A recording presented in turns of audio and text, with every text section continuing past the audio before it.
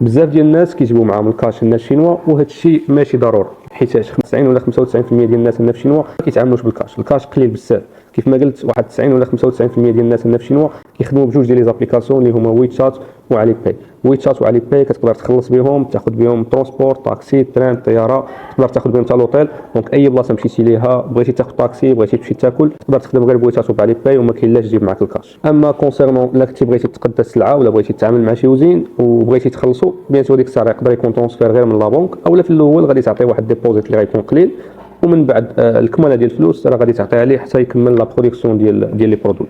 وخاصك تعرف باللي كاين واحد الحد معين ديال الكاش اللي تقدر تخرجوا معك، داكشي علاش خاصك ضروري تحترم القوانين ديال الجمارك. دونك اهم نصيحه في هذا الفيديو هذا هي بلا ما تجيب معك الكاش بزاف، وخدم غير بلا بونك غادي يكون احسن. داكشي علاش الا كنتي باغي تسافر لاشين كتب لينا تشاينا في كومونتير، وحنا غادي نكونتاكتيوك ونشرحوا لك هادشي كامل، ونقدروا نعاونوك من ا تل زد، ملي تبغي تفكر في لاشين حتى تجي للشينوا وتعامل مع مصانع وتقدى السلعه ديالك.